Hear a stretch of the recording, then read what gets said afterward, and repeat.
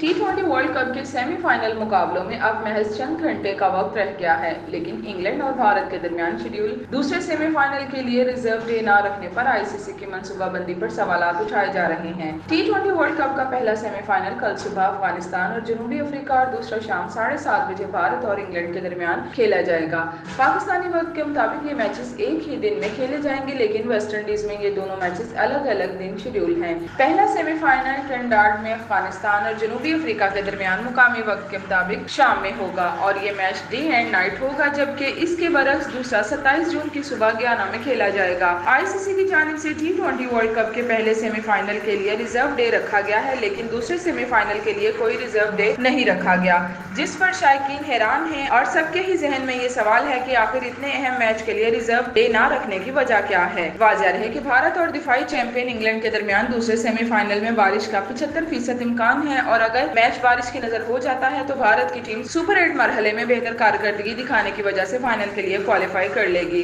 reserve day ना रखने की वजह यह है कि इवेंट का फाइनल 29 जून को